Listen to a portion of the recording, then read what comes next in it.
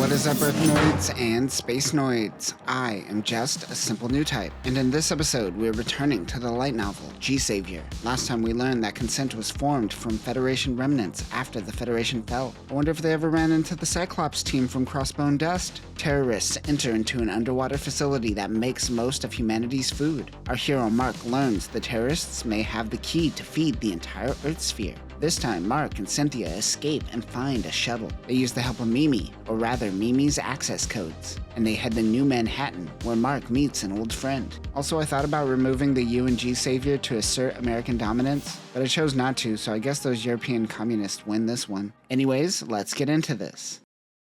Cynthia mixes them fluids and creates the bioluminescence. They need to smuggle the sample out. Mark wants to get this to Commander Garneau, who believes he can be trusted. But before they could leave, they are met with Jack and his men. In the movie, he finds a random jacket to hide the test tubes. But in the novel, Mark uses his jacket, which makes more sense. You think they just filmed this shot first and realized he didn't take off his jacket? Also, the sketches in this novel solidify that the hand-me-down Starship Trooper outfits are canon in Universal Century. Jack doesn't hesitate or need an excuse that Mark was going for a weapon like in the movie. He just opened fires. Cynthia throws the test tube, which emits a bright light, allowing them to escape from Jack. They head into an autopsy room where they flee from Jack by doing a Star Wars, but without the trash compactor scene. In the novel, Mark notes that he has been here a few times. As they flee from the trash chute, Cynthia mentions that they have to contact New Manhattan. Jack informs Garneau that they escaped. He wants Jack to exercise caution, but once Jack says he killed the guard, Garneau says, "Kill him!" Of course, Jack is the one who pulled the trigger and set up Mark. Just like in the movie, after his call, Garneau hangs out with a military babe. I thought the novel version of this scene would be 2 pages long, and it would be something like how her body drives Garneau towards peace, or something insanely psychosexual like that. But no, it's just like in the movie. It's just a moment before the story moves on. I'm disappointed in the writer. Sturges Air Base. In the novel, it describes this place as a vast military base. In the movie, the budget can only afford for this triangle building. I mean, it's a cool triangle building. He navigates to the back of the base, where he contacts Mimi on a phone. But this phone has a backstory in the novel. The phone is called the Secret Lover. Because of its location, people use it to talk to people if you don't want someone snooping on you, mostly for sex purposes. Mimi answers the phone and tells him that he is wanted for murder. Mark says he didn't kill anyone, but he needs her security clearance. She decides to come to him. Jack meets with Garneau, who has a very gauche office, though you wouldn't notice if you watched the movie. The commander wants Jack to get all of the data on the underwater facility, blackmail people if he must. He assumes Mimi may be harboring them, but Jack says she isn't stupid enough to jeopardize her career, already hinting at Mimi's turncoat nature, not to be confused with their drop from event nature. Jack needs Garneau's signature. With this, they can not only take over the rig, but they can finally go full authoritarianism on Gaia. He signs without hesitation. Mark and Cynthia meet with Dieter and Kobe, who free Cynthia from her handcuffs. They are Cynthia's interns. They also helped with the infiltration of the rig using black market blueprints. Mark is impressed, but also concerned that she is using her interns for terrorism. He wonders how they were able to get planetside without being noticed. Kobe says they hid behind a decommissioned satellite. This is a tiny offhanded comment, but during the old Federation's reign, it was quite easy to get off planet without the Federation noticing because they didn't really care enough to put manpower into it. What I'm trying to say here is Consent is already doing a better job than the Federation, minus the fascism. But the Federation does a little fascism here and there too. Mark says, "Man, I miss this kind of camaraderie, like what he once felt when he was a part of Consent. Nothing can ruin this nice moment of happiness and determination." So anyways, Mimi shows up. Damn it, Mimi. She tells them that CAF and Consent knew about Dr. Riva's work this entire time. They refer to it as a data drive in the novel, but in the movie, it was a CD case. Do you have any Linkin Park in there? Mimi thinks it is pointless to fight the military, but Cynthia believes otherwise. Like the movie, Kobe almost gets crushed by some boogoos. Apparently these pilots are out after hours, breaking proto and creating mischief. Though, in the movie, it's so awkward that you could see the green screen if you squint hard enough. Also in the movie, Kobe is just using a generic scanner,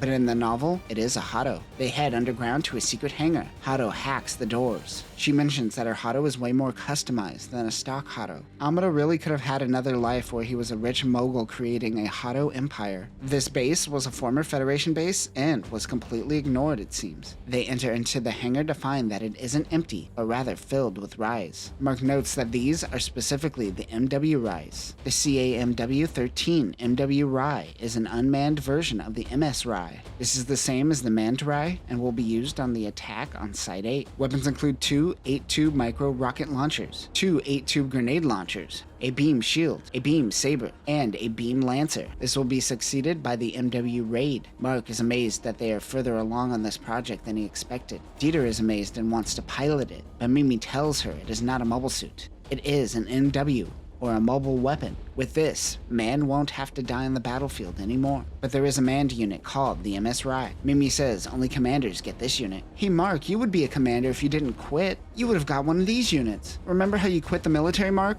Mark, I'm insulting you, listen to me. They use Mimi's access codes. Why did they hack every other door but this one? Why not just hack them all? Mark decides to join them on their journey into space. Mimi also wants to join Mark. Cynthia allows Mark to pilot the shuttle. As they take off, the control tower demands authorization. He says, hurry up and put on your caps. Put on your caps? Oh, they used old tiny astronaut caps as props in this very low budget movie, so now they gotta justify it in this novel, I guess. They take off ignoring all clearance and make their way into space. At the heart of Side 4 is New Manhattan, which is a recreation of New York. They entered into the colony without any checks. Security is very lax. The team heads to San Simeon Theater. Inside, many are socializing at the lobby bar. There, they meet a bartender, which the book describes as someone who probably uses she as her pronouns. Look at G-Saviour talking about pronouns in the early 2000s. But also in the movie, it's just a slightly flamboyant guy with makeup. Step it up a notch, movie. We get the awkward moment of Cynthia ordering Philippe's margaritas and Mimi not realizing she's doing a thing. They realize this Philippe is an old friend.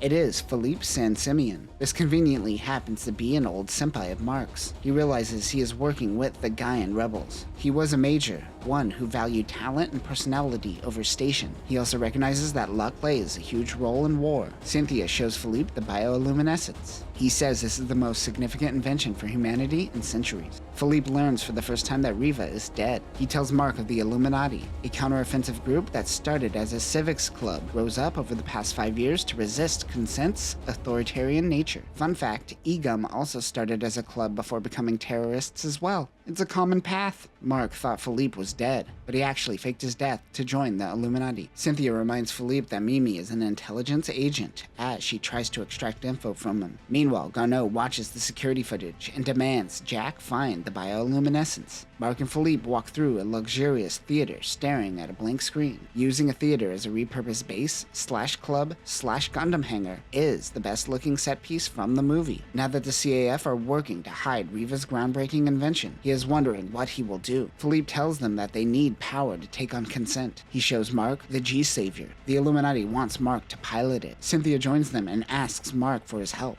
Mark says, gee golly, I'm just an underwater broccoli harvester. He wants to go back to the rig. Philippe shows him a broadcast of Jack lying to the press saying that the rig is working with Gaia. They have Daggett and Simmons as prisoner. Mark resists the call to action and says he doesn't want to be a part of war. Philippe gives him a ship called the Nimbus to use. The Nimbus is a mobile suit carrier. 3 mobile suits can be carried in pods. The ship has subarms to retrieve the pods. This is also the shuttle that Garneau tries to steal at the end of G-Saviour. While they depart, Cynthia asks why he left the military. He says, I'd run away from this conversation all the time, but the story and my boner says I should tell you. He left to avoid a court-martial after disobeying an order to save a friend. Consent cared about expensive military over the lives of their men. His wingman was named Sawyer. Even though he disobeyed orders, he hesitated, so he lost his friend along with betraying the military. It says this story of death and tragedy gave her the need to nurture and protect. Yes, Kawahara is bringing that Tomino energy to this moment. They are interrupted by debris.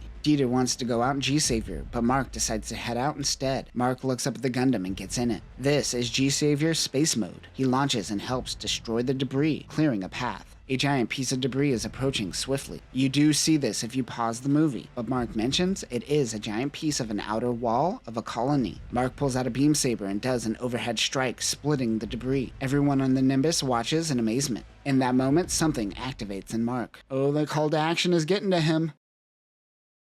And that will conclude Volume 1 of G-Saviour. The novel shows us fragments of a world where the Federation was once in charge. In the movie, there genuinely is no difference between consent and the Federation, and they can be viewed as one and the same. Next volume, the team makes it to Gaia, and consent attacks. But in the novel, we will see more of Mark recruiting civilians and working with old Freedom mobile suits to build an army, which we didn't see in the movie. But that will do it for now, Newtypes. Remember, if you are going to go full dictatorship, make sure you have consent. Peace.